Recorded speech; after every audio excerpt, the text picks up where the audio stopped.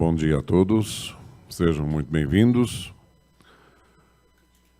Eu sou Rolf Jorge Fuchs, presidente da Integrate, uma consultoria que atua há 17 anos na gestão social, na indústria de mineração, energia e infraestrutura.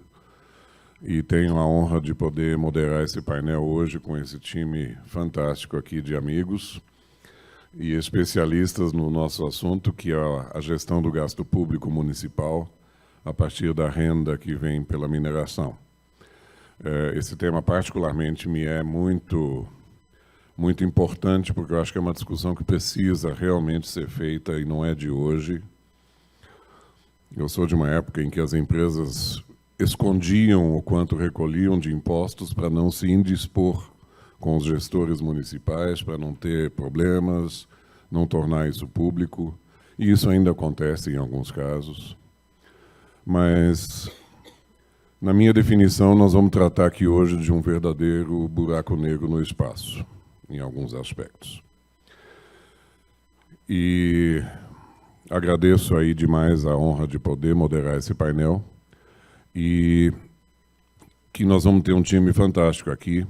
Temos primeiro a Maria e o Fábio, que são pesquisadores do CETEM.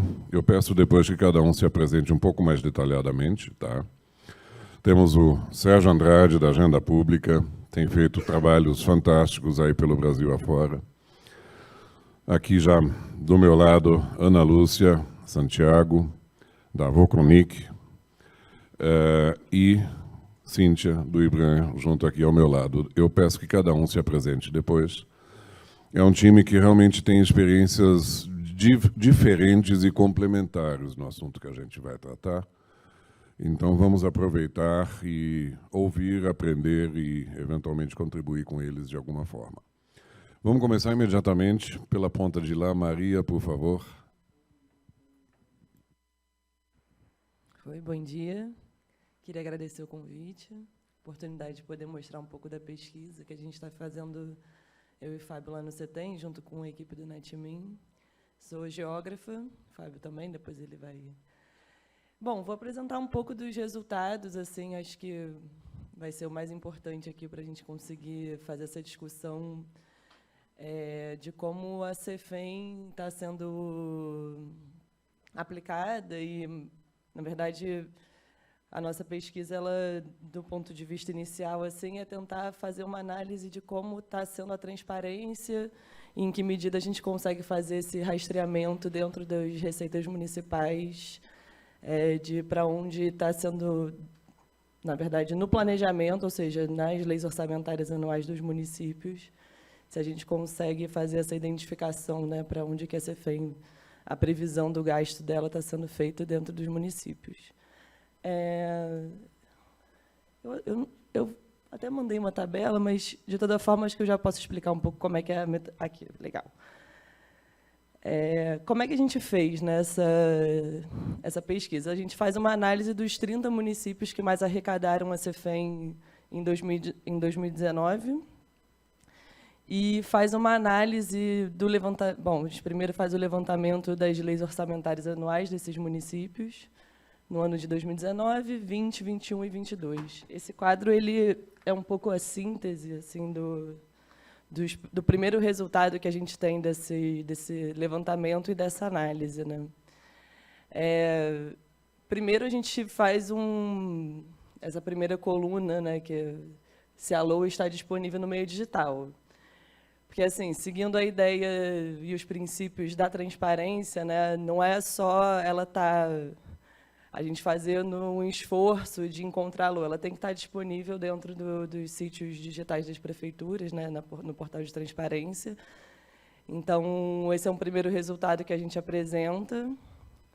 E aí, depois, a gente começa a fazer uma tentativa de identificar nas LOAs que estão disponíveis se a CEFEM... Bom, primeiro, a gente consegue achar o valor da CEFEM que está prevista para o ano seguinte de exercício fiscal, né?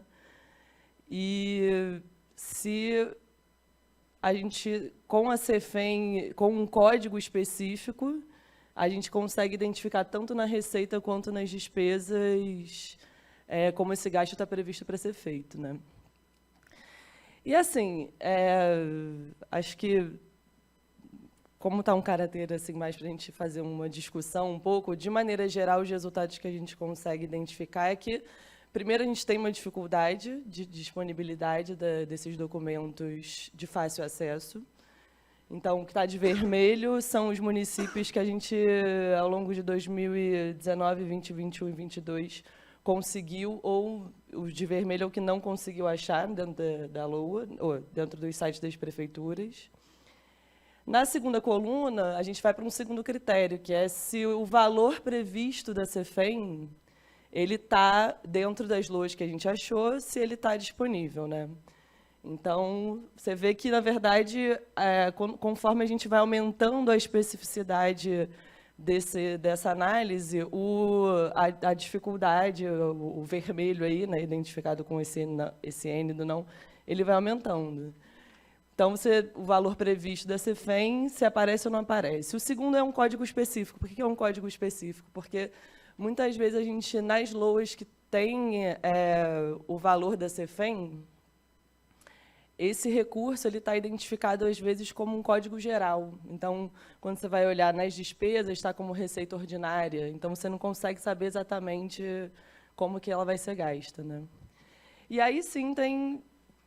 nessa quarta coluna, são os resultados quando você tem o código específico. Então, você vai olhar dentro das receitas, a CEFEM está com um código que diz respeito somente a ela, e a gente também consegue identificar isso dentro das despesas. Na pesquisa, que a gente já discutiu bastante, é que, ainda assim, quando você tem, então, a gente consegue achar a LOA, a gente consegue achar o valor da CEFEM, a gente vê que a CEFEM tem um código específico, ele está tanto na receita quanto na despesa. Ainda assim, se você não tem um conhecimento técnico para isso, ou seja, diante do que está previsto em lei, né, de clareza, de uniformidade, de universalidade do acesso à informação, a CEFEM, e aí a gente está falando especificamente da CEFEM, né? Mas então você tem uma dificuldade muito grande de você saber como que o recurso vai ser previsto, né? E isso é uma exigência que está prevista não só pelas leis de transparência, mas também pela 13.540, que é a última lei de atualização da CEFEM. Então, isso é exigido em lei, porque a CEFEM ela tem uma especificidade, ela está falando de um recurso, não é um tributo, a CEFEM ela é uma participação no lucro, né, a União, que na verdade está representando a sociedade, tem para acessar essa renda mineral.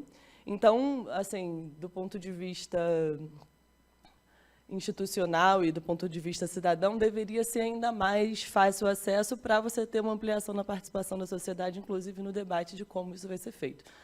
A CEFEM, a 13.540, que é essa última lei de alteração, ela faz algumas sugestões, né, de como a CEFEM pode ser gasta. Ela tem algumas proibições, então você não pode gastar com pagamento de dívida, você não pode gastar com pagamento de pessoal, mas tem sugestões, como, por exemplo, ontem até tiveram algumas mesas de discussão sobre diversificação econômica, sobre políticas de sustentabilidade. Então, a intenção, na verdade, quando a gente vai olhar para onde a CEFEM está sendo gasta, é a gente conseguir identificar em que medida isso está sendo feito ou não, né? E aí a gente esbarra com essa grande dificuldade. De maneira geral, assim, a gente não trouxe aqui todos os resultados, né? Porque também não dá tempo, e acho que não é a intenção da mesa, a gente vai ter uma série de outros pontos de vista, né? Porque a gente está falando da transparência na administração pública. Acho que a transparência também no setor do setor como um todo é importante para essa discussão. Mas olhando do ponto de vista assim, dos municípios, a gente não entrou nem no Estado e nem na União, porque a CEFEM também, uma parcela vai, e dos municípios produtores, porque também uma parte da CEFEM vai para os municípios que são impactados, né? Não tem uma linearidade na melhora, porque a gente propõe, inclusive, níveis de transparência. A partir desses resultados dessa tabela aqui, a gente propõe níveis de transparência que vão de 0 a 4. E aí o nível 4 ainda é um nível teórico, porque seria essa máxima transparência de acesso, de atualização, porque tem uma dificuldade também quando você vai em 2022, por exemplo, tem uma demora na disponibilização dessa LOA, o que dificulta, porque se a gente está falando de planejamento, o ideal é que a coisa fosse feita de maneira mais assim, prontamente disponível para que pudesse haver debate, né? Mas não tem uma linearidade, a gente consegue enxergar que tem municípios que vão melhorando, tem municípios que melhoram e pioram do ponto de vista desses níveis de transparência que a gente propõe. Olhando como para os principais estados produtores, né, Minas Gerais e Pará, os municípios do Pará eles têm uma melhora maior em relação aos municípios de Minas Gerais, mas tem casos onde, sim, os municípios, eles, por exemplo, saem de um nível 3 em 2019, 2022, 2021 e 2022 vão para o nível 0. Então, assim, dá para ver que não tem um padrão, né? Na verdade, isso é um problema, inclusive, quando a gente pode, acho que mais para frente, quando abrir um pouco para a conversa menos expositiva, é muito despadronizado, né, esses documentos. Então, isso dificulta bastante, porque cada município tem o seu critério de exposição desses dados, e aí, se você realmente não vai a fundo, não vai olhar todos os manuais técnicos da administração pública, que, claro, como pesquisador, a gente tem que fazer isso, mas a questão é que a gente está falando de um objeto, né, da administração pública que, pelo contrário, devia ser de muito mais fácil leitura para a gente conseguir entrar numa discussão assim de ampliar a participação, né, não só do Estado, das empresas, mas especialmente da sociedade civil, porque quando a gente vai pensar em desenvolvimento, não tem como não passar por esse tipo de participação, né? Eu acho que poderia apresentar, assim, acho que eu posso encerrar aqui. Não sei se o Fábio quer complementar com algumas, então vou passar aqui para ele. Bom dia a todos e todas. Já vou começar com a minha tosse. Eu estou com uma rinite alérgica aí já persistente e cheguei aqui em Minas, está seco o ambiente, né? E acho que piorou um pouco. Eu queria só dar Bom, sou Fábio Giusti, sou pesquisador do CETEM, só uma apresentação rápida. Sou geógrafo também, como a Maria, e estou nos últimos 2 anos dedicando aí nosso grupo, nossa pesquisa entre os temas, que a gente se dedica a estudar um pouco a relação da mineração com os territórios, né? Com o desenvolvimento local e com os territórios. E uma das chaves de leitura para isso tem sido a CEFEM. A gente está nos últimos 1 ano e meio, 2 anos, tentando entender um pouco esse universo da CEFEM. Então, para contextualizar, dar um passo atrás do que a Maria falou, por quê, né? Como é que foi o nosso corte dos municípios, por que esses municípios e por que a CEFEM? Então, a gente está falando de uma arrecadação que, nos últimos anos, saiu de 2015 de 1,5 bilhões para 2021 para 10,9 bilhões, então aumentou muito significativamente. Isso impactou fortemente, em termos positivos, a priori, as receitas municipais desses municípios que recebem a CEFEM, sobretudo os produtores, que recebem 60% da arrecadação da CEFEM, no repasse. Então, isso chamou a atenção da gente, olha, é um aumento muito significativo. Teve um município, nesses 4 anos, que aumentou em 100% o seu orçamento público, e alguns deles, que foi uma das análises que a gente fez, tem 75% do orçamento anual vinculado, oriundo da CEFEM. Então, a gente falou, bom, isso aí precisa de transparência, né? Se você tem um município que tem 75% do orçamento anual oriundo de uma única receita, e essa receita aumentou exponencialmente nos últimos 4 anos, é preciso ter uma atenção especial nisso. Então, o contexto é um pouco esse. Esses 30 municípios selecionados, eles arrecadaram 80%, 88% da arrecadação da CEFEM, do repasse municipal, vai para esses municípios. Então, esse foi o corte, né? O critério de corte foi esse. Pegamos os que mais arrecadaram em 2019 para cá. De 2019 a 2021 mudou muito pouco essa colocação. Alguns mudam de posição, tem poucos casos que saem ou entram, mas basicamente são os mesmos municípios que continuam recebendo. Então, entre os 30 maiores, que concentram quase 90%. Então, esse é o contexto do estudo. Aí eu queria só fazer uma complementação sobre a metodologia, desses níveis. Então, a ideia foi propor níveis, né, de transparência. A gente chegou a 4 níveis, a 5, né, de 0 a 4. Como falou, o nível 4 seria o de mais irrestrita e ampla transparência, onde pudesse ser, idealmente, facilmente acessado, tivesse cumprindo os critérios de clareza, de publicidade, qualquer cidadão pudesse entrar lá no site da prefeitura, no portal da transparência, e entender, bom, onde está indo esse dinheiro do meu município? Isso não acontece. Nenhum município, por mais que tenha alcançado bons níveis de transparência na nossa metodologia, ninguém alcançou esse nível que é o teórico, o nível 4, onde seria o mais fácil acesso. E os outros níveis são, o nível 0 é quando a gente sequer encontra a LOA, é disponível, vários casos, como você viu na tabela, ocorre isso, a LOA não está disponível. Uma outra situação do nível 0 é quando sim tem a LOA, mas ela não tem nenhuma informação sobre a CEFEM, que diga respeito à CEFEM. Cabe ressaltar aqui que não tem nenhum critério, então o critério de uniformidade não é cumprido, visto que você vê, tem LOAs que são 400 páginas de documento, todo detalhado, tem LOA que são 5 páginas, que dá só a previsão orçamentária total, não fala nada, por exemplo, sobre a CEFEM. Então, isso para a gente é nível 0 de transparência, do ponto de vista da CEFEM, logicamente, que é o nosso critério. O nível 1 é quando aparece na LOA o valor da CEFEM, o valor previsto da CEFEM, mas muitas vezes esse valor não tem um código orçamentário específico dele. A CEFEM pode estar vinculada, por exemplo, a receitas ordinárias, que não diz nada, a gente não sabe. Ou está vinculado com outras receitas, como pagamento por uso de recurso hídrico, então você não consegue distinguir também a gente chamou de nível 1 de transparência. O nível 2 de transparência é quando tem um código específico da LOA, que ele pode ser rastreado, da CEFEM, perdão, na LOA, ele aparece nas receitas e ele vai aparecer novamente na previsão de despesa. Então, você consegue rastrear, olha, tem tanto de CEFEM a receber, é a previsão, e diz que vai para tais e tais áreas. Só que a diferença do nível 2 para o nível 3 é simplesmente o E ou o. O que quer dizer? No nível 2, você consegue ver para o tipo de despesa, por exemplo, vai para a saúde. Quer dizer, a unidade orçamentária, é Secretaria de Saúde, mas não consegue ver para onde. Vai fazer o que na Secretaria de Saúde com esse recurso? É compra de equipamento? O que é? Esse é o E. Ou você vê que é para compra de equipamento, mas não diz para que área da administração pública. E o nível 3 de transparência, que na nossa metodologia é o que melhor, né, os municípios conseguiram atingir, alguns deles, é quando é o E. Você consegue saber para que unidade orçamentária e para o que vai fazer nessa unidade orçamentária. Vai para a Secretaria de Educação, para pagamento de pessoas. Que o pagamento de pessoal é vedado na lei, mas é com a exceção de educação, né? Usei esse exemplo para citar essa exceção. Então, aí esse seria o E, quando você consegue ver em que vai ser gasto e onde, né?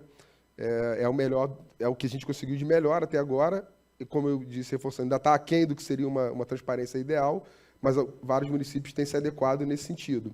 E o que a Maria falou é que não dá para a gente dizer, com essa análise temporal de 2019 para cá, de que está havendo um movimento de adequação, porque alguns municípios se adequam e há, na verdade, um resultado assim, polarizado. Tem uma melhora, um aumento significativo dos municípios de nível 3, mas também tem um aumento de municípios de nível 0. Inclusive, com o caso de município que vem 2, 3 anos com nível 3 de transparência, aí no outro ano é 0. A LOA já não apresenta mais nada. Então, não é possível dizer, nesse sentido, que está havendo uma melhora, tem iniciativas mas elas não são ainda gerais, vamos dizer assim, né?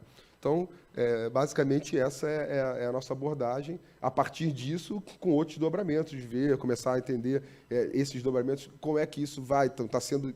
Porque, e um outro dado, só eu sei que está acabando o tempo, um outro highlight interessante assim, desse trabalho é que, bom, tem vários, né? Um deles é que não tem a dificuldade de previsão orçamentária em relação à CEFEM é muito grande. Um dado que a gente trabalhou interessante é que os municípios, é lógico que é difícil acertar, cravar, porque é uma previsão, uma estimativa, mas os municípios têm errado muito a previsão de quanto vai receber de CEFEM, o que é um problema. A gente viu uma diferença assim, de 80%, 90% muitas vezes na previsão. Por exemplo, a LOA prevê que vai receber 1 bilhão da CEFEM e recebe, de fato, tem repasse de 2 bilhões. Então, isso tudo é um problema no planejamento orçamentário, que você precisa fazer uma suplementação e aí torna menos transparente ainda o processo e mais difícil. Então, é problema quando você recebe menos do que estava previsto e quando recebe mais do que estava previsto. E com uma margem de erro dessa magnitude, isso é um problema para a administração pública e para o planejamento. Bom, é isso, de inicial é isso. Obrigado, Fábio. Obrigado, Maria. Eu, pessoalmente, já tive a oportunidade de conhecer essa pesquisa antes em outras. Eu acho ela fantástica, tá? Eu acho que é uma iniciativa pioneira, inovadora. A gente não tem isso até hoje, tá? Nós vamos tentar uma segunda rodada aqui e também, eu não avisei antes, vamos tentar abrir um espaço para perguntas de vocês, que pode ser por escrito naquele formulário que vem no caderno ou então pelo aplicativo do IBRAM. Façam, sim, suas perguntas para todos os painelistas, mas eu já vou deixar antecipado para vocês dois um comentário, questionamento meu. ou 2 talvez. A CEFEM não é a única receita advinda da mineração. Tem várias outras, mas eu destaco como a principal o ISS municipal, principalmente em decorrência de prestação de serviços e obras. Tá?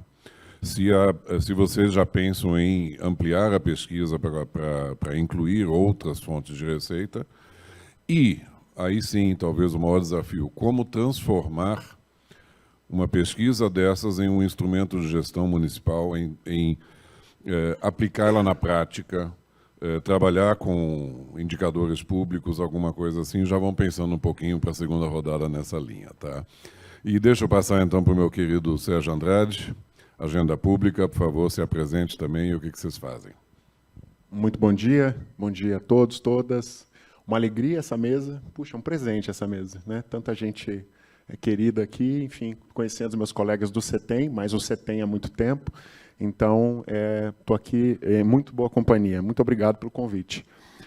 Bem, eu fico aqui com a dúvida já de cara, que se nós não devemos falar, inclusive, de transparência orçamentária, né? Porque será que aqueles que não são transparentes com a CETEM, outros, né, não são transparentes também com outros tributos, né? Quer dizer, com transparência orçamentária de maneira geral, fica pensando aqui, será que são transparentes também? Acredito que não. Mas deixa eu me apresentar aqui. Eu sou Sérgio Andrade, sou diretor executivo da Agenda Pública, sou cientista político. E a Agenda Pública é uma organização da sociedade civil que tem uma missão singela, né? Aprimorar os serviços públicos brasileiros, dar mais qualidade aos serviços públicos brasileiros, tornando mais simples, inteligentes e humanos. Então, é uma missão singela, mas bastante difícil. Mas nós temos aí bravos colegas, tanto no campo do investimento social privado, no campo da área de sustentabilidade das empresas, mas principalmente no setor público, né? Para cada exemplo ruim que a gente encontra, encontramos muitos outros de gestores que fazem muito bom trabalho. E um exemplo que nós trazemos aqui é de uma iniciativa em conjunto com o Ministério de Minas e Energia e com o IBRAM, que é o Prêmio Municípios Mineradores, né, que foi apresentado, né, realizado pela primeira vez esse ano, mas tem uma história longa, né, de criação, e que, de fato, reconhece não apenas práticas, né, mas reconhece, sobretudo, resultados de gestão. Então, não é alguém que escreveu, não é uma secretária, um prefeito, alguém que sabe escrever bem, fez um relato de experiência e colocou ali, olha, que bacana esse relato de experiência. Não, nós avaliamos quase 40 indicadores em 8 dimensões,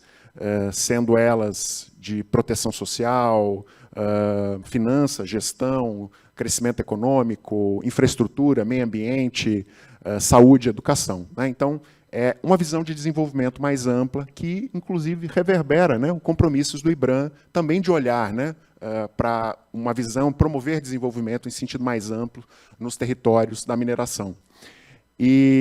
Mas nós estamos aqui hoje para falar especificamente sobre finanças públicas, né? Então, finanças públicas que tem duas pontas, não é isso, né? Tem a ponta da receita, tem a ponta da despesa, todos nós sabemos.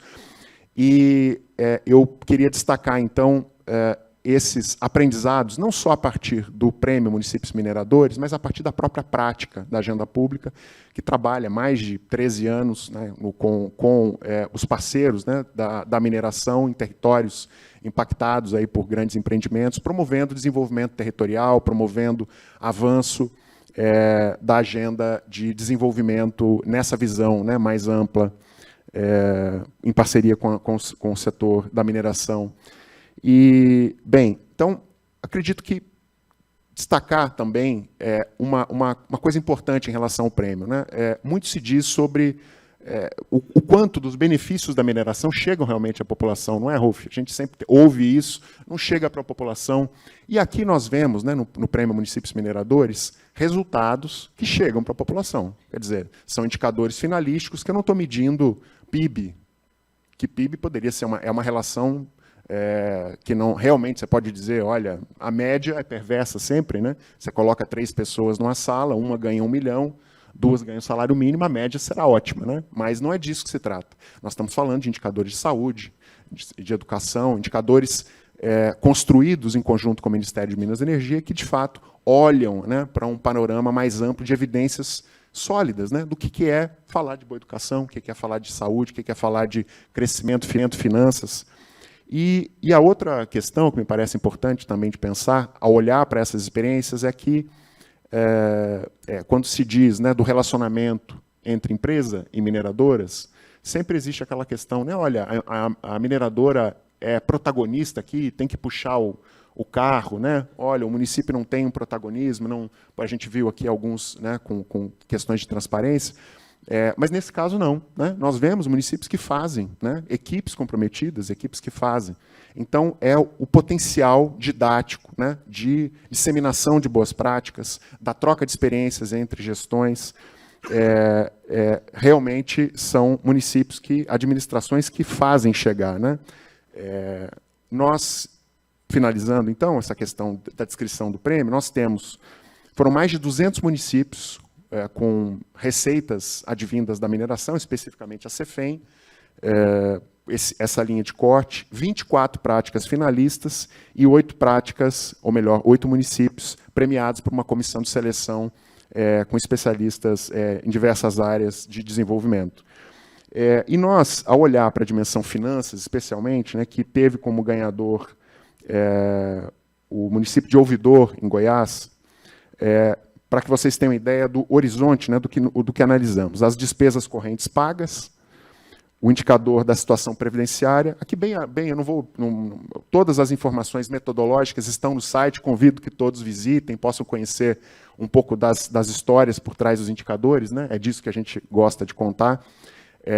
A autonomia, né, a capacidade de pagamento das despesas administrativas do município, investimento, liquidez, né, que é a capacidade de pagamento das obrigações, mas é muito importante como é que a gente conta essa história, né? Ok, esse município ganhou, tem indicadores finalísticos interessantes, mas existe outra coisa, né, que é quais são as evidências, como é que ele pode, ao fim e ao cabo, melhorar, né, a sua situação fiscal, por exemplo.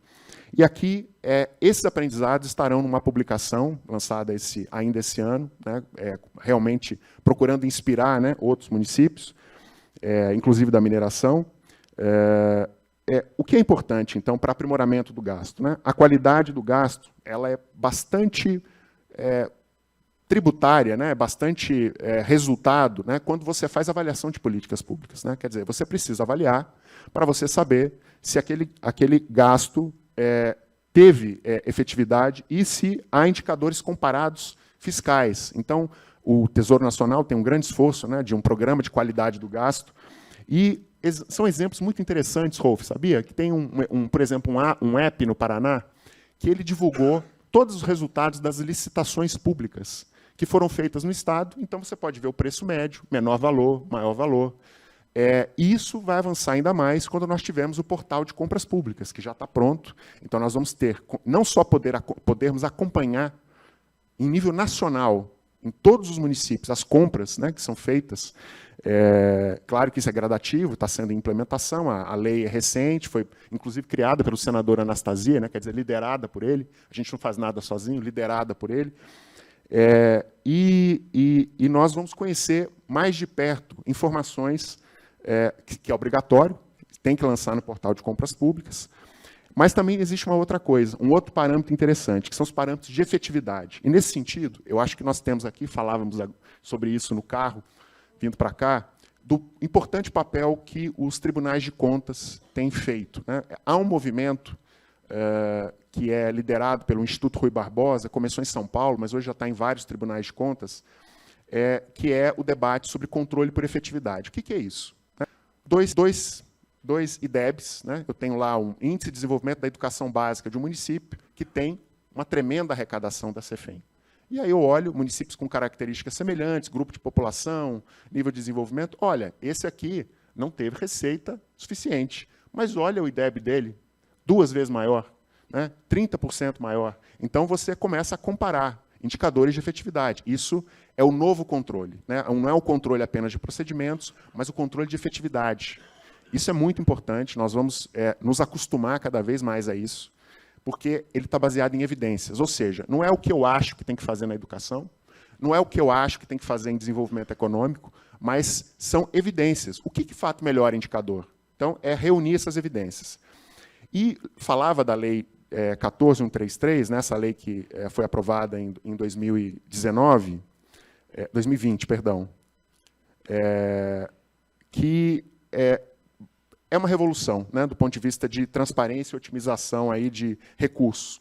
Porque, primeiro, estabelece uma estrutura mínima para compras públicas, né? Então, nós vamos ter...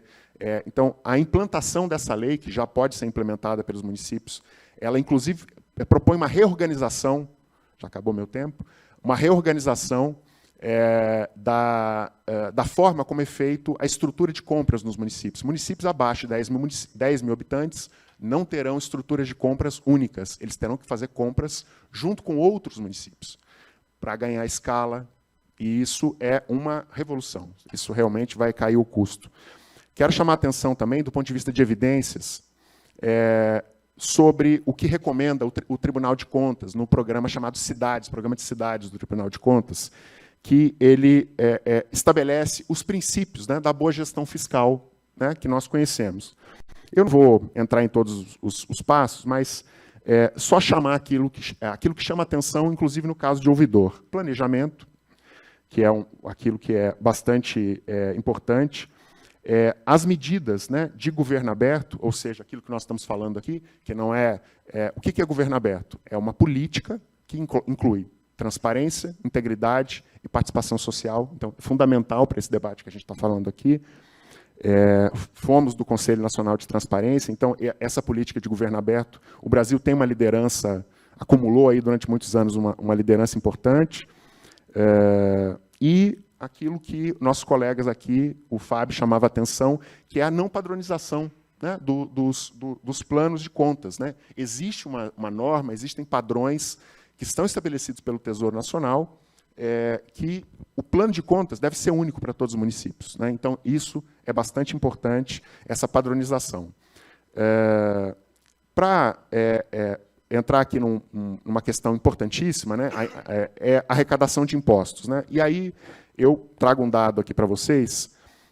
Arrecadar impostos é obrigação. Nós sabemos que nós temos que diversificar receitas para que haja equilíbrio, né, e diversificação do financiamento do município, mas apenas 36% dos municípios tem a média de arrecadação própria dos municípios é de 36%. Vocês imaginam, então, a dependência que existe de recursos federais, e muitos municípios não querem cobrar impostos. Por onde começar a cobrar impostos, então? Nós temos a importância do Código Tributário, né? Rever o Código Tributário do município é uma evidência que indica um caminho para a melhoria da arrecadação. Oriximiná é uma cidade que nós trabalhamos, inclusive foi avaliada, mas nós conhecemos de perto, porque trabalhamos lá, fizemos essa iniciativa. E, é claro, no pilar crescimento econômico, eu não vou falar também de... já acabando aqui, Rolf, para não tumultuar a sessão, mas só para falar aqui, não dos indicadores, né, de crescimento econômico, né, que é o pilar avaliado pelo prêmio, mas sobre as evidências do que é importante fazer para crescer economicamente, o pilar da receita. Muito rapidamente, nós fizemos uma pesquisa, algumas pesquisas, desde 2020, com financiamento da União Europeia, numa iniciativa chamada Reset, né, que é a Recuperação Econômica Inclusiva, é um site que eu convido que vocês acessem, conheçam, e ela mapeou o que os municípios têm feito para promover essa recuperação no mundo. E nós chegamos aqui a coisas interessantes no Brasil. Coisas que sabemos, inclusive, né? Políticas de desburocratização e simplificação de procedimentos é fundamental. Temos o caso de São Paulo, Santa Catarina e de Extrema, aqui em Minas Gerais, com bastante destaque nesse caso. Uma política de acesso a crédito orientado, políticas de inclusão produtiva, ou seja, criar emprego para a base da pirâmide, né, incluir as pessoas. Nós sabemos que, por exemplo, nos territórios da mineração é uma mão de obra pouco resiliente, né, ela não se adapta rapidamente a um outro setor, né, numa mudança econômica rápida. Então, inclusão produtiva e qualificação do trabalho é fundamental. O plano de desenvolvimento, todos sabemos que é fundamental, criar um plano de desenvolvimento.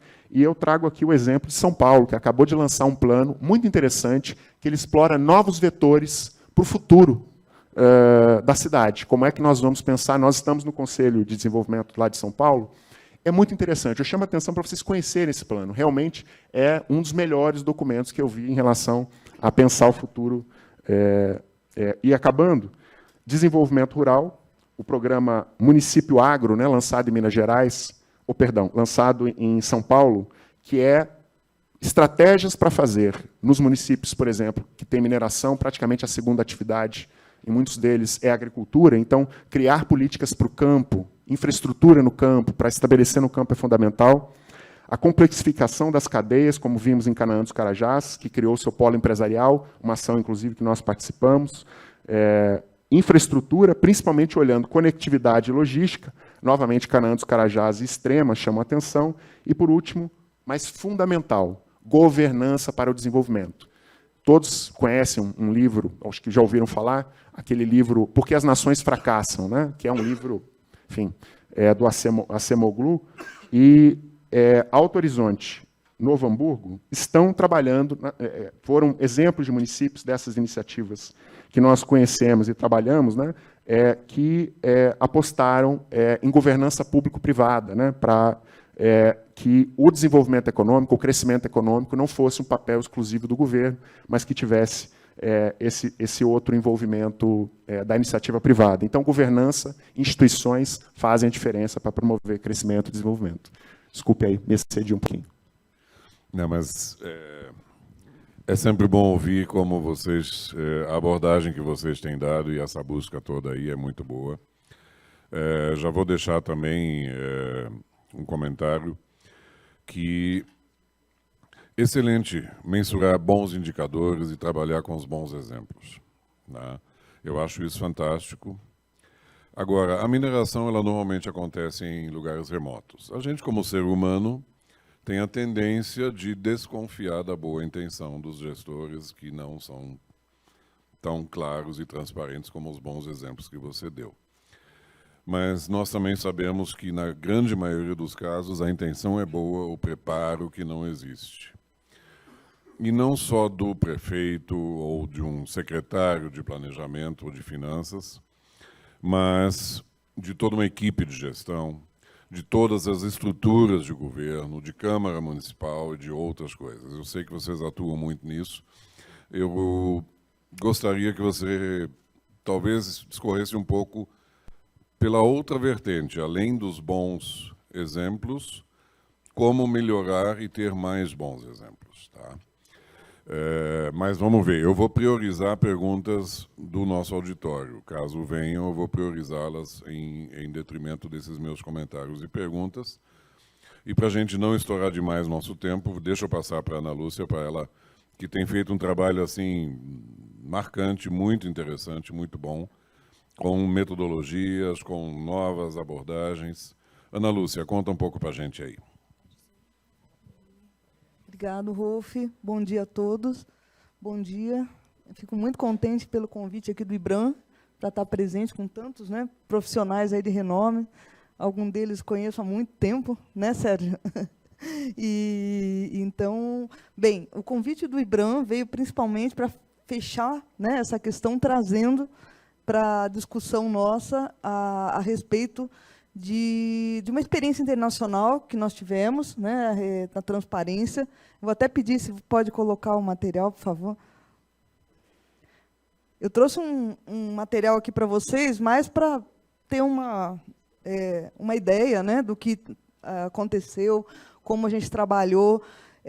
Bem, o que eu vou trazer para vocês é a questão da avaliação global do Standard AITI, tá? Pode passar, por favor? Ah, está aqui. Obrigada. Onde é? Aqui? Aqui. Bem, quem somos? Meu nome é Ana Lúcia, eu fico aqui na cidade de São Paulo e faço a coordenação de uma empresa que se chama Voconic. É uma empresa mundial com sede em Brisbane, na Austrália, e é uma empresa derivada do governo da Austrália, de um órgão de pesquisa que se chama CSIRO. Bem, o que acontece com a Voconic? A Voconic não é uma empresa de consultoria. A Voconic é uma empresa, é um ponto muito diferente aqui, principalmente para nós no Brasil, né? É uma empresa que fornece dados científicos. Tá? Então, com o que nós trabalhamos? Nós temos equipes de cientistas diferentes, né? Eu venho da academia, e para nós é muito diferente, né? Venho da universidade também, e nós fornecemos dados científicos para as empresas. Então, o que acontece? A Voconic é uma empresa especializada em escutar a percepção das comunidades, tá? Das comunidades que vivem ao redor das operações minerais. Escutar sentimentos. E o que a Voconic tem, e foi desenvolvido primeiramente pelo governo da Austrália, pela CSIRO, foi um modelo que 15 anos de pesquisa para conseguir saber como medir a confiança e a aceitação das empresas, tá? Ouvindo as comunidades locais. Bem, o que acontece? Esse modelo foi adaptado para a América Latina e foi adaptado para o Brasil em 2017. Então, a Voconic atua em vários países. Hoje nós atuamos em 17 países, principalmente, né, aqui no Brasil, Equador, Chile, Argentina, Colômbia, Peru. Mas o que aconteceu? O AITI é um estándar internacional de transparência e que fica na sede na Noruega, em Oslo. Bem, vocês vão perceber que meu sotaque é caipira, tá, gente? Eu falo, fica na Noruega, em Oslo, né? Não tem como, né, gente? Do interior de São Paulo, né? Então, o que acontece? A Voconic, por essa capilaridade e presença mundial, participou, junto com o consórcio, do edital para avaliar o AITI, que é um estándar especial para transparência na área extrativa, petróleo e gás, mineração, petróleo e gás. Falar um pouquinho desse estándar. As normas do AITI, elas estão presentes há 12 anos, já acontecendo, estão presentes em 50 países, e a proposta principal desse estándar é a gestão aberta e responsável de recursos petróleo, gás e minerais. Ótimo, lindo, maravilhoso. E na prática? Pegando aí exatamente, né, esse gancho aí que vocês falaram, essa dificuldade toda. Quem adere ao AITI? O país, tá? O governo. Através, né, aqui foi feita uma conversa com o Itamaraty, né, Cíntia? Cíntia participou na época, tem todo aí o histórico. E o país adere ao AITI junto com as empresas de mineração, com as empresas de petróleo e gás. E a proposta principal do AITI é que existe uma crença de que os recursos naturais do país pertencem aos cidadãos. E, por isso, a necessidade de abrir e a necessidade da transparência, né? Mas, no meio de tudo isso, nós temos um sistema tributário, né, que, vamos pegar as palavras da Cíntia, é muito complexo até para os pesquisadores entenderem, né? É uma complexidade enorme. Então, o que acontece? A proposta desse estándar é promover a compreensão da gestão dos recursos naturais, aumentar a governança, que foi um ponto que o Sérgio comentou, que é bem interessante, e a responsabilidade pública corporativa. Então, quando o país se torna membro do AITI e faz uma declaração, através do governo federal, do Itamaraty, o país se compromete a esforços e tem os níveis, né, de abertura, os níveis de transparência, né, que nível atingiu. Então, o que acontece? Nós temos aqui na América Latina a Colômbia, Peru, Argentina, que aderiu há pouco tempo, a Colômbia já há 10 anos aderiu, e, principalmente, essa transparência, que eu vou trazer aqui um pouquinho para vocês, essa transparência, ela precisa passar principalmente eu falo que é moldar a norma, por ajustes, né? Porque quando o AITI chega, o estándar, o país adere, a estrutura tributária nacional não comporta a abertura da transparência. Então, tem dificuldade até mesmo, por exemplo, para esse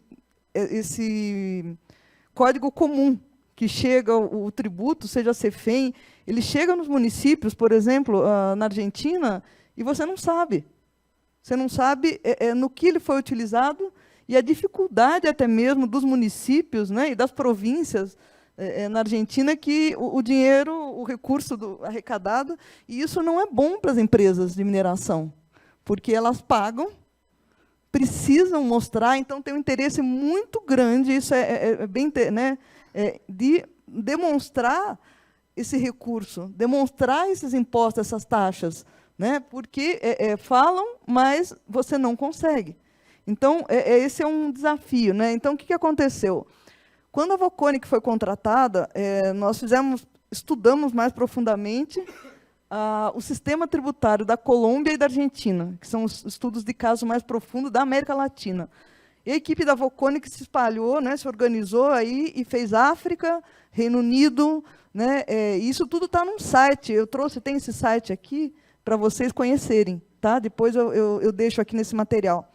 E nós fomos lá, como Voconic, como empresa, né, perguntar, o EITI é efetivo? Tá? Adianta alguma coisa? Está ajudando a sua vida? Inclusive para os cidadãos, sabe? Então, foi bem interessante. E chegamos para as empresas, né? Nós visitamos as principais empresas de petróleo e gás da Argentina. A Argentina, apesar de todo o problema com a questão do lítio, o país está correndo atrás do EITI, porque o volume do lítio, na região da Catamarca, as empresas estão, né, inglesas, australianas, elas estão chegando fortemente.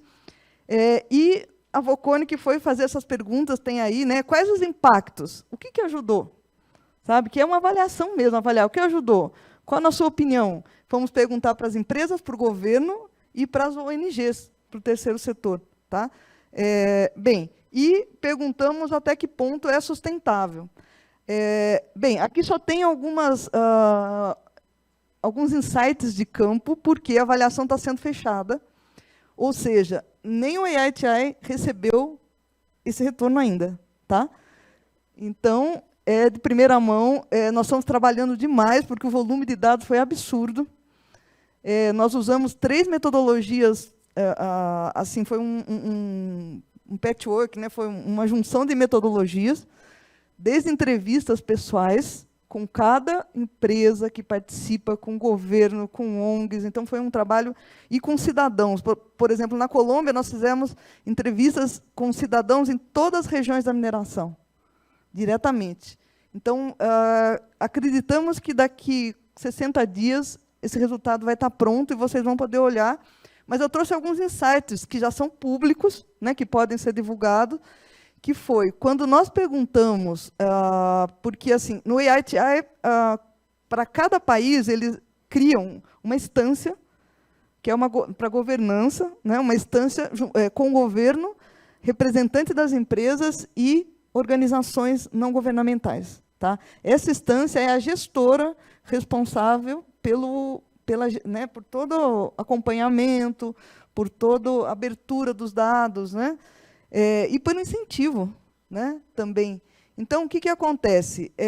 Com a Argentina, que aderiu há poucos anos, são 3 anos só, o surgimento de novas iniciativas de transparência. Então, apareceram novas propostas, apareceram novas ONGs locais trabalhando com transparência.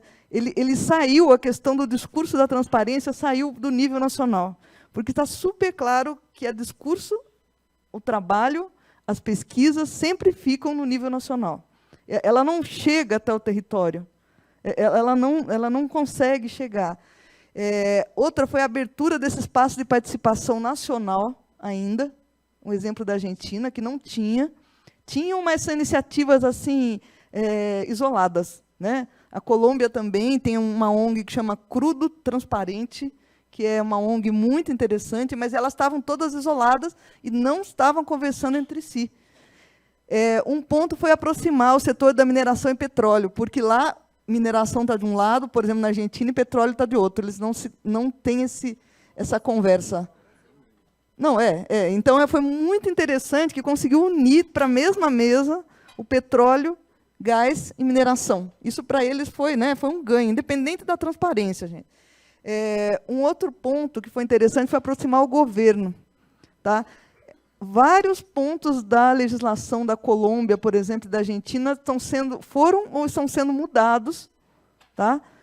Porque eles não conseguiam atender ao AITI, mas, no fundo, eles não estão sendo mudados pelo standard AITI, eles estão sendo mudados porque eles precisam ser ajustados para a transparência, para conseguir abrir, como você comentou. Eles precisam ser ajustados, eles precisam de um código, porque senão você não sabe para onde foi aquele recurso. E o interesse das empresas de mineração é super legítimo, porque as empresas têm a necessidade de mostrar, né, esse recurso para onde ele está indo. Um desafio, o federalismo. O sistema federal é terrível, porque cada província, ou cada estado brasileiro, é um país diferente.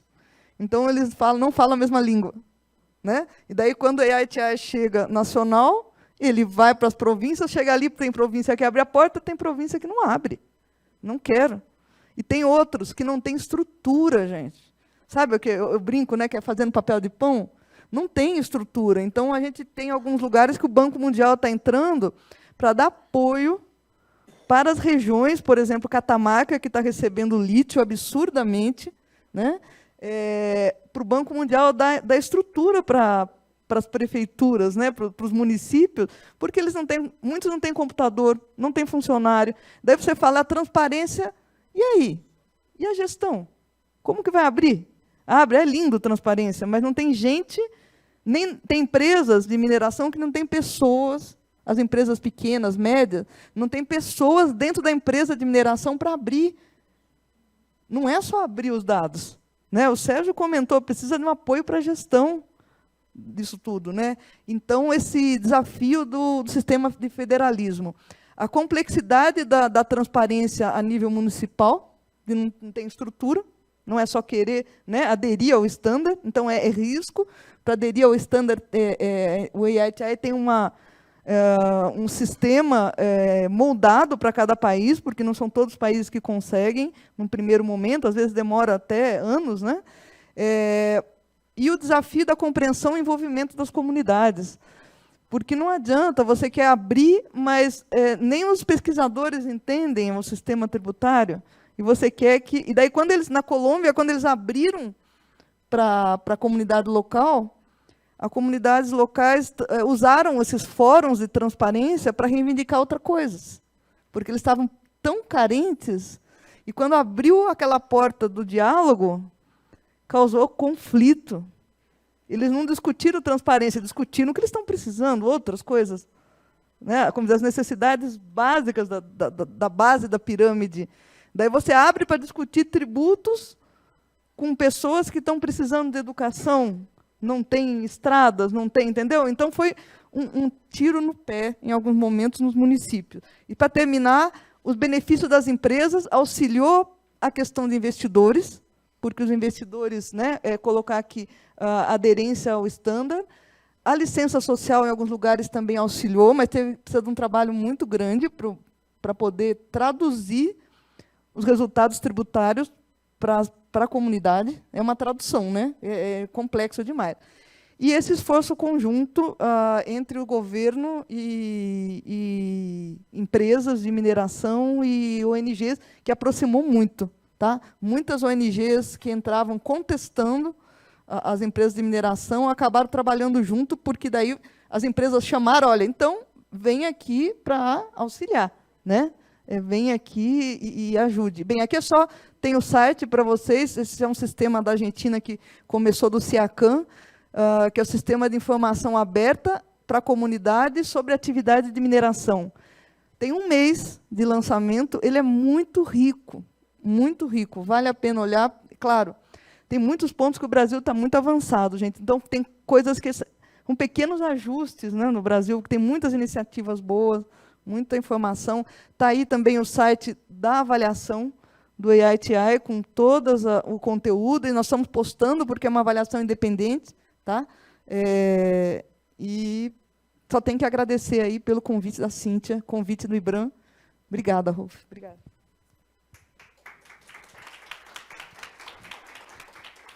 Obrigado, Ana Lúcia. Realmente uma visão complementar e muito nova e muito interessante. Eu já tenho algumas perguntas que vieram do auditório, mas podem mandar mais ainda. Depois da fala da Cíntia, a gente vai, então, fazer uma rodada rápida de perguntas.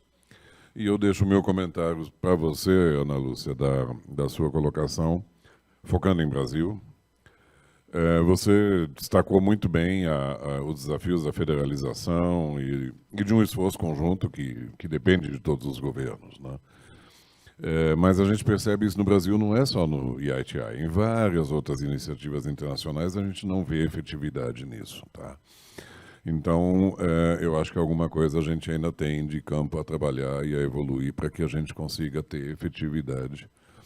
Que realmente dessas iniciativas internacionais hoje, a que mais funciona é a OIT 169. Por que será que ela funciona e as outras não? Tá? Então, uma reflexão, mas deixa eu passar para a Cíntia, gerente de pesquisa e desenvolvimento do IBRAM, é isso? Para dar um fecho nessa sequência muito interessante que a gente teve aqui hoje de abordagens. Obrigada, Rolf. Bom dia. Para quem não me conhece, também sou pesquisadora, além de gerente de pesquisa. Tive o prazer de passar também pela indústria extrativa no lado do petróleo e gás, né? Fiquei 8 anos nessa indústria e estou já há quase 12 anos na indústria de mineração. Então, é interessante que eu conheço essas iniciativas que a Ana Lúcia descreveu. Elas começaram na indústria de petróleo e gás, principalmente puxada pelo governo da Noruega, né? Então, tem excelentes exemplos sobre essa iniciativa. E aí, aqui, né, no meu papel, nesse painel aqui, eu quero trazer um pouquinho também de uma pesquisa que eu tenho, que eu defendi agora, em maio, sobre políticas públicas para gestão e transparência dos municípios mineradores. Então, tudo isso que a Maria, que o Fábio, né, principalmente que o Sérgio comentaram aqui, como que a gente traduz essa transparência?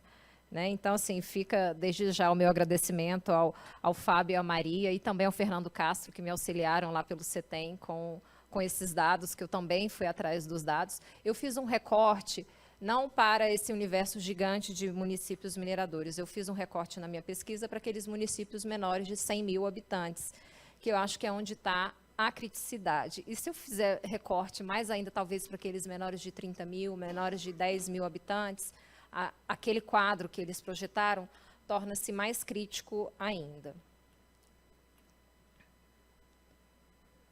Deixa eu trazer aqui. Então, assim, qual que é o maior aliado da governança municipal? O Sérgio falou muito bem que é a capacitação, a gestão eficiente, o acesso à informação.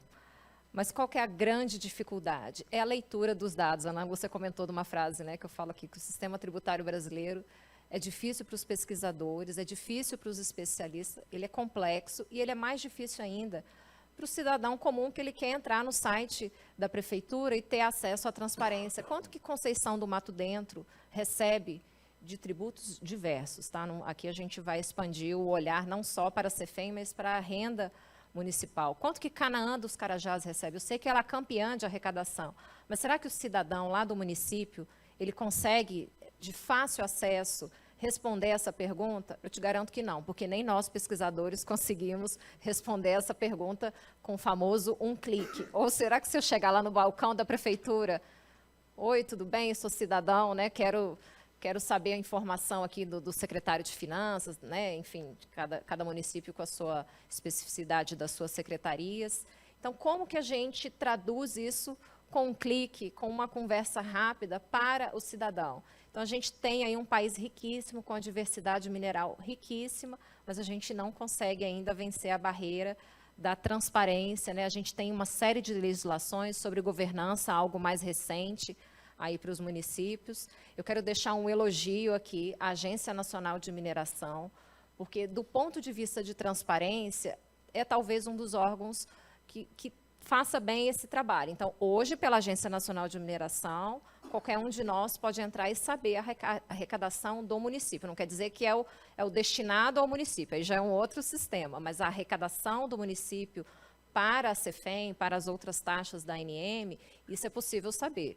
Mas eu sei que isso chama arrecadação, isso não chama tributo, isso não chama transparência. Lá no site da ANM é complicado a pessoa chegar até a aba arrecadação para ela ter acesso a essa informação.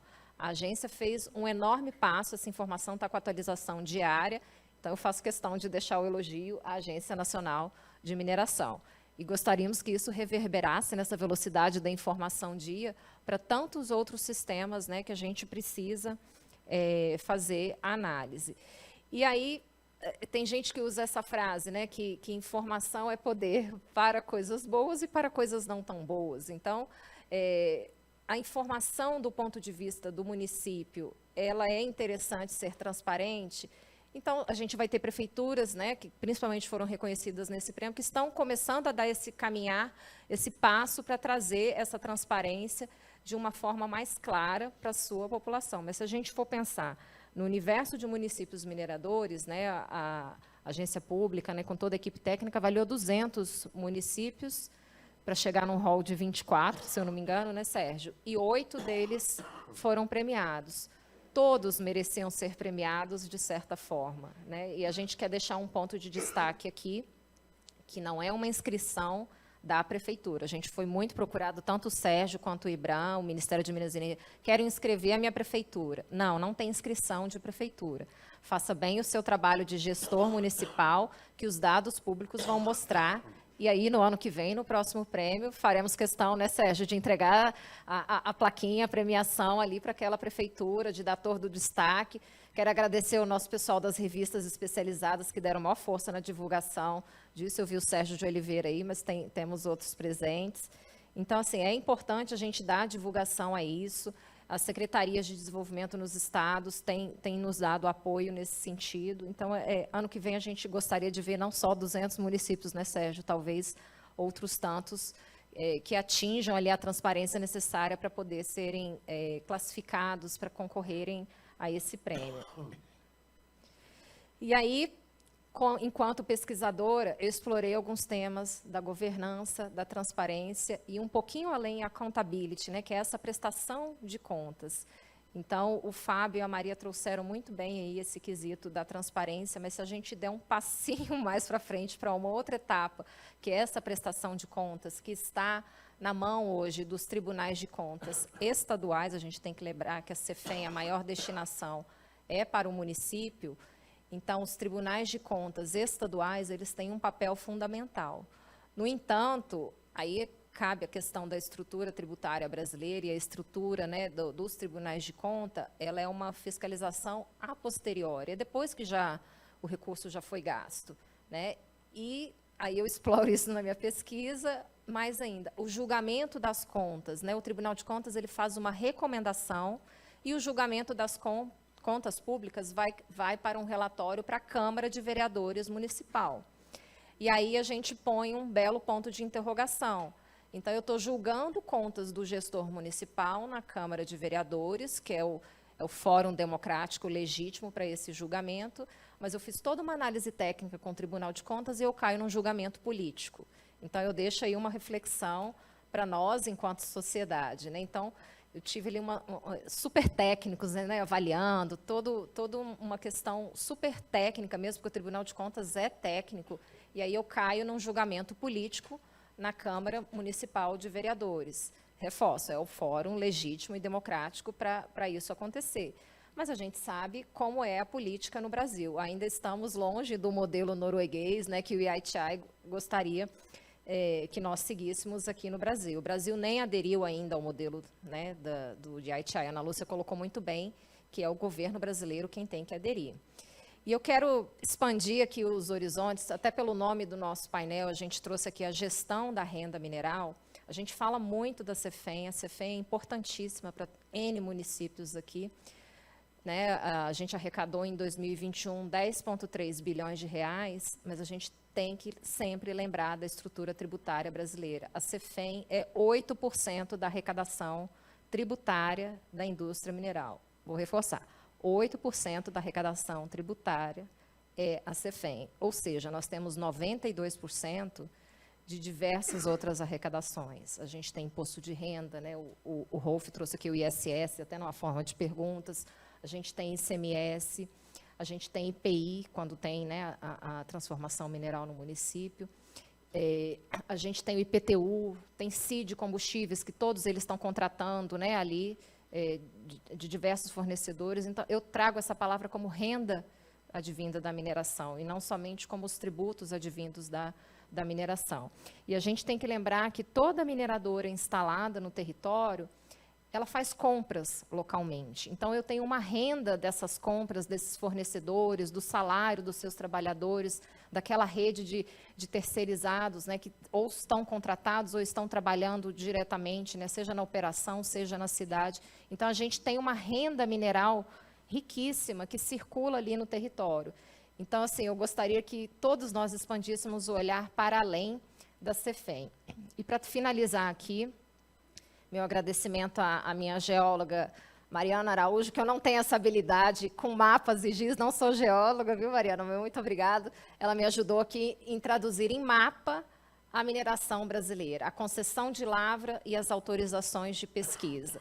Então, em vermelho, a gente tem a concessão de lavra, em amarelo, a gente tem, olha só, o potencial da mineração. Não estou dizendo que tudo vai virar lavra, tá? Tudo vai virar mina, mas é o potencial da mineração brasileira. Hoje, a fotografia das autorizações de pesquisas no Brasil. Então, a gente tem 5.568 municípios brasileiros, né, no IBGE registrado. A gente tem, pela CEFEM, eu fiz o levantamento hoje cedo, mais de 2.500 municípios produzindo bens minerais. E a gente tem, assim, aqueles que têm a relevância mesmo, porque tem um município que recebe 200, 300 reais de CEFEM, mas a maioria recebe mais de 100 mil de CEFEM, até 1 bilhão de CEFEM, né, que são os municípios recorde, né, os top 10, top 15, como queiram chamar. Então, a gente tem 2.200 potenciais municípios para a gente conversar sobre governança, nós, como cidadãos, investigarmos, trazermos, buscar como auxiliar a capacitar as prefeituras, né, porque a prefeitura capacitada, ela não vai viver somente aquele mandato de 4 anos, ela vai pensar em algo para além dos 4 anos, para além, né, da gestão, que é isso que a gente quer, uma renda finita, todo mundo tem conhecimento disso, mas como é que a gente extrapola isso para trazer uma diversidade econômica para o território, como é que a gente consegue sair do que a professora Maria Amélia, também meu agradecimento que está presente aqui, a maldição do caixa único, gente, é isso que os pesquisadores trouxeram. Cai lá naquela conta do buraco negro, que é o caixa único, que você não consegue catalogar, classificar, se você não tem o extremo conhecimento de contabilidade pública, de orçamento municipal, como é que você vai classificar e como é que você vai olhar? De novo, eu volto à pergunta de como eu comecei. Como é que o cidadão que está lá no município, ele vai ter com um clique a informação, quanto é que a minha prefeitura recebe? Quanto é que a mineradora está pagando no município? Faço também um reconhecimento aos relatórios de transparências que algumas mineradoras começaram a divulgar. Isso é extremamente importante enquanto sociedade, mas mais importante ainda para o território. Tá? Então, assim, eu deixo provocações aqui para vocês para a gente continuar a conversa. Rolf, obrigada.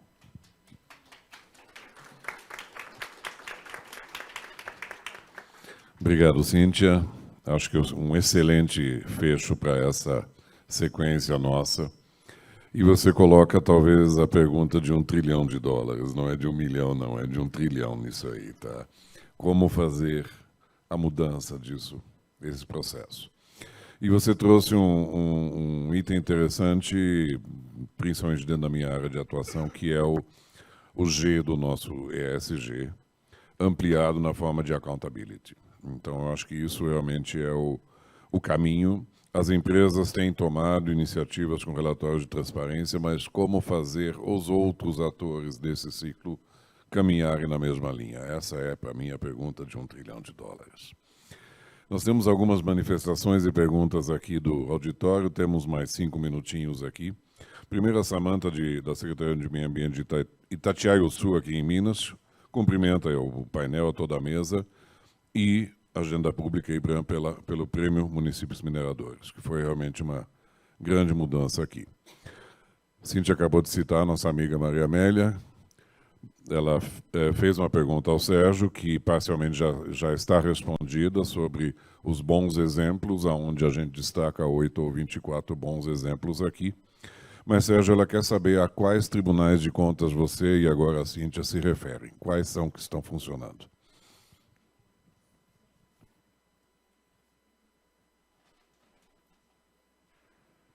Bem, quais tribunais estão funcionando? Que pergunta difícil, hein? Assim, todos, né? Todos estão funcionando. A gente pode, talvez, estabelecer performance. Também, mais uma vez, né? Transparência de indicadores de desempenho.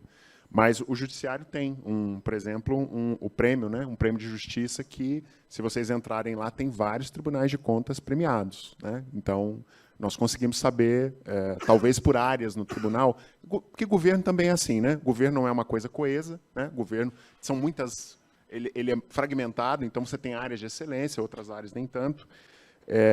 Então, eu acredito que, bem, o que eu acompanho de perto é São Paulo, né? Que está mais próximo da minha atuação ali cotidiana, né? De diálogo. Mas o Instituto Rui Barbosa ele congrega todos os institutos. Então, todos os tribunais de contas. Então, eu convido para conhecer um pouco o Instituto Rui Barbosa. Agora, posso fazer uma resposta rápida, em defesa dos municípios, novamente? Porque me parece aqui que a gente precisa dizer o que existe em relação à transparência pública. Porque, por mais que haja críticas, né, e é verdade, né, a gente não tem uma transparência ativa, transparência passiva muito desenvolvida, sobretudo em nível municipal, mas nós temos, por exemplo, nós temos a Escala Brasil Transparente, que mede, induz e apoia, né, esse avanço de patamar de transparência em todos os níveis, né? Então, já está na 5ª ou 6ª edição, isso é importante, a gente conhecer a Escala Brasil Transparente, porque avalia transparência de maneira geral. Bem, então, eu acho que esse é importante a gente conhecer, e talvez nós estejamos falando uma linguagem que não é tão próxima dos municípios. Se a gente falar só em CEFEM, talvez eles não queiram falar essa linguagem, mas eles têm que falar. Governo aberto, eles têm que falar. Você começa a falar a linguagem do município, porque eles entendem governo aberto, é compulsório, tem que fazer. Então, quanto mais a gente fala a linguagem daquele público, nós, né, ou as empresas querem induzir, nós que estamos ali, precisamos falar e entender o que é regramento e o que é pedido, né, dos municípios. Transparência, iniciativas de governo aberto são fundamentais. Eu acho que é uma boa lembrança aqui para mostrar o que está avançando. E acho que nós temos que ser mais ambiciosos, não contentar apenas com a transparência da CEFEM, mas falarmos do que vem sendo já discutido amplamente. Por exemplo, transparência de dados públicos, abertura de dados, nós queremos abertura de dados. Não é mais a transparência só publicar portal da transparência, D+0, D1, não é mais isso. Está em outro patamar, a gente quer dado aberto, né? A gente quer outro nível de transparência, e já estamos prontos para fazer. Perfeito, Sérgio. Bom, aqui a vantagem de quem fala primeiro, tenho aqui umas 3 perguntas para a dupla do CETEM, para a Maria e para o Fábio. 2 vindas da Maria Amélia, e a terceira me aparece como anônima aqui. Mas, vocês consideram que a CEFEM deve ser vinculada em termos de seu gasto, ter seu gasto vinculado? 2, como fazer uma correta previsão da CEFEM com a alta volatilidade dos preços das commodities? E 3, essa veio do auditório, foi direcionada a Maria, mas eu acho que ambos podem dizer sobre isso. Os municípios que já chegaram ao nível 3 e de repente caíram ao 0, como o Fábio falou, vocês têm alguma informação sobre o porquê que isso ocorre? Está relacionado à política ou à falta de interesse? Perdão. E, na sequência, eu já peço que vocês encaminhem sua mensagem final, porque o nosso tempo realmente já está se esgotando, tá? Eu vou falar das 2 primeiras e vou passar a palavra à Maria para outra. Bom, sobre a destinação da CEFEM, né? Essa é uma discussão que a gente tem feito e tem tentado avançar ainda de forma incipiente para chegar em algo mais propositivo, né? Porque a gente está falando de um recurso gerado, de uma renda gerada a partir de um recurso finito. do qual de um setor que ancora, muitas vezes, a economia desses municípios, né? Então, e a lei, inclusive, a 13.540, ela é propositiva, não obriga, mas ela indica que deve ter 20% dessa arrecadação ser investida na diversificação econômica. E a gente entende que esse é um ponto fundamental para a CEFEM, de modo que a CEFEM tem que ser pensada de maneira intergeracional. A gente está falando de um recurso finito, a gente está falando de uma renda pública, de um orçamento que é fortemente vinculado a esse recurso e tem que ser pensado para o fim, não só o fim, mas a perda da capacidade produtiva, por exemplo, da competitividade dessa produção, a mudança das condições de troca no mercado internacional, a volatilidade. Então, isso tem que ser pensado de médio e longo prazo. Bom, aí você vai entrar na discussão de como se faz isso, a partir de fundos, a partir de que medidas. A gente ainda não tem indicações definitivas sobre isso, né? Sobre quais são os apontamentos ideais para a CEFEM nesse sentido, de ela garantir a diversidade e a sustentabilidade econômica com o declínio da mineração ou com o fim da mineração. Mas, no nosso entendimento, é fundamental que seja pensado isso, do ponto de vista intergeracional, né? Como fazer com que essa renda garanta a estabilidade orçamentária, fiscal do município e garanta a diversidade, mas a diversidade produtiva e econômica não vinculada à mineração, explorando outros potenciais do município, de modo que não dependa de verdade da mineração. A segunda questão levantada pela Maria Amélia foi... Volatilidade dos preços, a previsibilidade da CEFEM. Sim. Esse é um desafio enorme para a administração pública. Eu acredito que a gente não tem uma resposta para isso, porque como fazer essa previsão? Essa previsão é complicada, porque... E a questão mais aí, que a gente não tem uma resposta de como fazê-lo, mas a gente tem os apontamentos dos problemas que isso causa, porque um dos levantamentos que a gente fez qual é essa margem de erro, né? Então, vamos dizer assim, 70% dos municípios erram para baixo. E erra muitas vezes muito. 80%, 90% de diferença do que está previsto e do que recebe de repasse. Então, como gerenciar esse excedente ou como gerenciar quando falta? Você prevê um dado recurso e você tem a destinação lá prevista para esse recurso e ele não chega. Então, a gente não tem uma resposta para isso, porque... talvez alguma medida de equalização a partir de um fundo, não sabemos ainda. A gente está tentando avançar nesse sentido de medidas mais propositivas. Inclusive, só para finalizar, vou passar a palavra a Maria, pegando um gancho de uma provocação sua também, né? Como que a gente chega em medidas propositivas para que o setor também contribua, o setor mineral, para provocar essa transparência. Como é que o setor pode contribuir de modo a ele acompanhar, criar mecanismos, fomentar mecanismos que a sociedade e o próprio setor possa acompanhar essa transparência para poder dizer e reforçar essas iniciativas de governança, de melhoria dos indicadores, de ESG, de licença social de operação, para garantir que o setor se coloque para a sociedade como importante na economia municipal e inclusive, acompanhando essa transparência. Olha, a gente quer saber, o setor quer saber também, assim como a sociedade, para onde vai esse dinheiro que está sendo pago. Então, a nossa ideia, ao fim, né, quer dizer, com a maturidade dessa pesquisa, que é uma pesquisa ainda em fase de desenvolvimento, nós temos uma equipe pequena e trabalhamos com recursos públicos apenas, nós somos de um centro de pesquisa público. A gente está, como diria meu falecido avô, engrossando o nosso pescoço nesse assunto para poder chegar a medidas propositivas, inclusive com parcerias com o setor, que o setor produtivo mineral possa fomentar essas iniciativas, né, esse tipo de trabalho. E eu vou passar, então, para a Maria para ela responder essa última pergunta que veio da plateia. Obrigado, Fábio. Mas só reforçando um pouco o que o Fábio está falando, né, a pergunta da Maria Amélia, a previsão, inclusive, assim, os municípios eles deveriam colocar como que eles fazem essa previsão.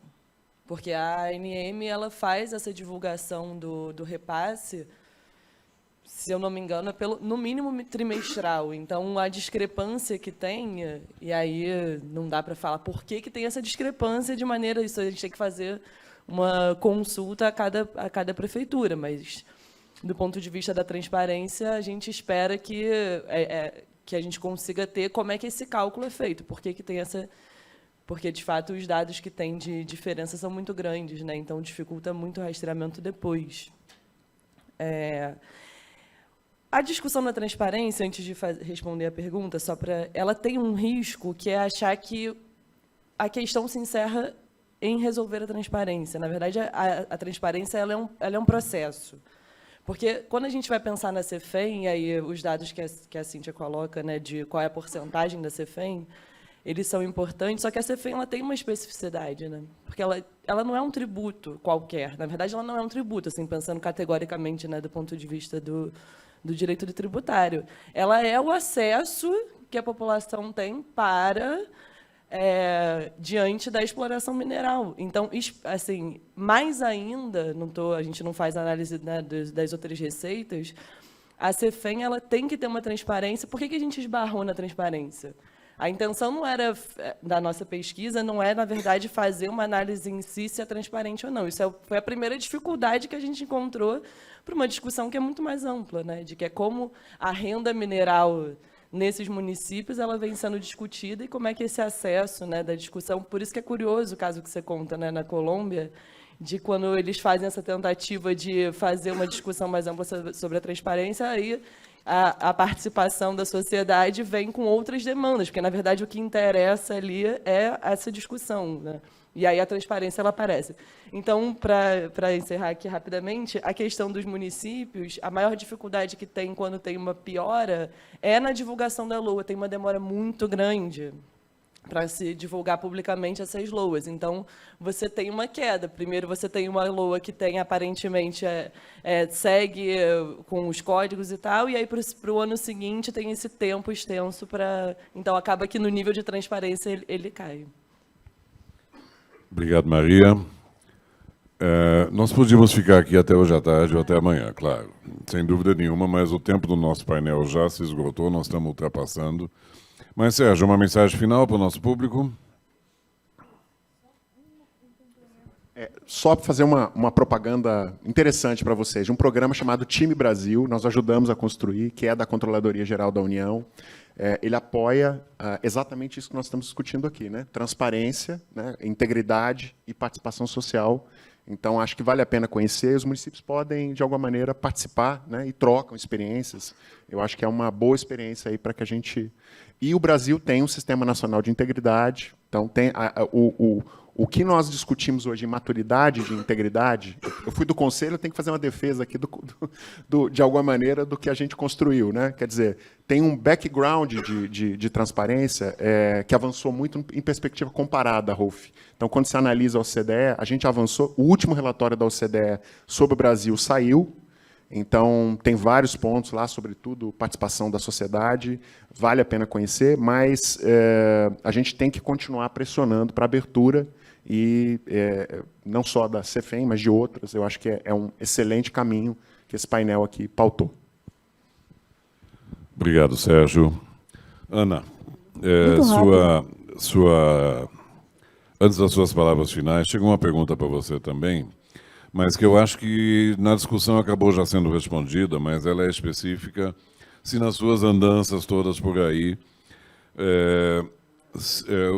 se você enxerga que as comunidades locais têm informações sobre a arrecadação e aplicação da CEFEM, eu acho que foi bem falado aqui já que isso ainda está difícil. Mas seu comentário e sua mensagem final, por favor, Ana. Muito rápido. É uma dificuldade para as comunidades, né, para a população local e para todo cidadão brasileiro, né, entender o sistema tributário. Então, eu acho que, como todos falaram, é uma evolução, né, e é uma exigência não só da empresa, mas da sociedade em si, né, para poder facilitar e ficar um pouco mais acessível, né, essa complexidade. Um dos pontos, só para complementar, é que o mais interessante que a gente trouxe dessa avaliação que foi feita não só na América Latina foi o fato de um estándar, independente do AITI e outros, conseguir servir como ferramenta para moldar normas. Entendeu? Então, a partir do momento em que... Isso com qualquer estándar, não só para transparência, né, com outros. Ontem nós tivemos uma apresentação do TSM. São estándares que moldam as normas do país. Ele acaba obrigando o país a uma evolução, né? A Argentina, não de uma vez só, demora anos, Né? A Colômbia tem 10 anos aderiu ao EITI, 10. Está chegando nos municípios agora, com apoio do Banco Mundial. Para vocês terem uma ideia, né? É um das ferramentas. Então, esse moldar normas é interessante. Você aderiu, você precisa começar a fazer ajustes, senão você não atende os padrões, né, do estándar. Isso é um caminho que auxilia. Obrigada. Obrigado, Ana Lúcia. Cíntia, vamos continuar? Por mim, também sou suspeita. Eu ficaria o dia inteiro falando sobre o tema, mas todos aqui estão à disposição para a gente conversar ao longo do dia. Tá? Vocês podem continuar mandando perguntas que a gente tem como fazer chegar às pessoas, mas a minha mensagem final é, quem está aqui presente, se você for de mineradora, converse corporativamente para estimular a transparência. Se você for de prefeitura, de governo do Estado, seja aliado, busque auxílio, capacitação. A gente tem N, né, instrumentos que auxiliam nessa capacitação, e nós todos, enquanto cidadãos, que cobremos, né, das nossas prefeituras, dos nossos estados, transparência, e sejamos também aliados. Afinal, a gente tem um pouquinho mais de conhecimento, já que a gente está num simpósio de mineração, do que aquele que desconhece a atividade mineral, mesmo que aconteça no seu território. A transparência, ela é aliada da comunidade. Já fazendo aqui o marketing para Carla Lemos, que está lançando aqui o Guia de Comunidades, transparência é como a gente faz a ponte para o diálogo com a comunidade. Obrigada. Obrigado, Cíntia. E No Brasil, a empresa Vale aderiu ao EITI como apoio, a empresa isolada. Tá? Isso é interessante, independente do governo federal, a Vale aderiu, e na Indonésia também. Né? excelente. Bom, concluindo, realmente, nós temos que encerrar. Eu queria dizer uma coisa que ficou muito clara aqui nesse painel. Informação é fundamental. Agora, a informação de qualidade, ela é essencial. E vital é a transparência dessa informação para o bom uso público de todos.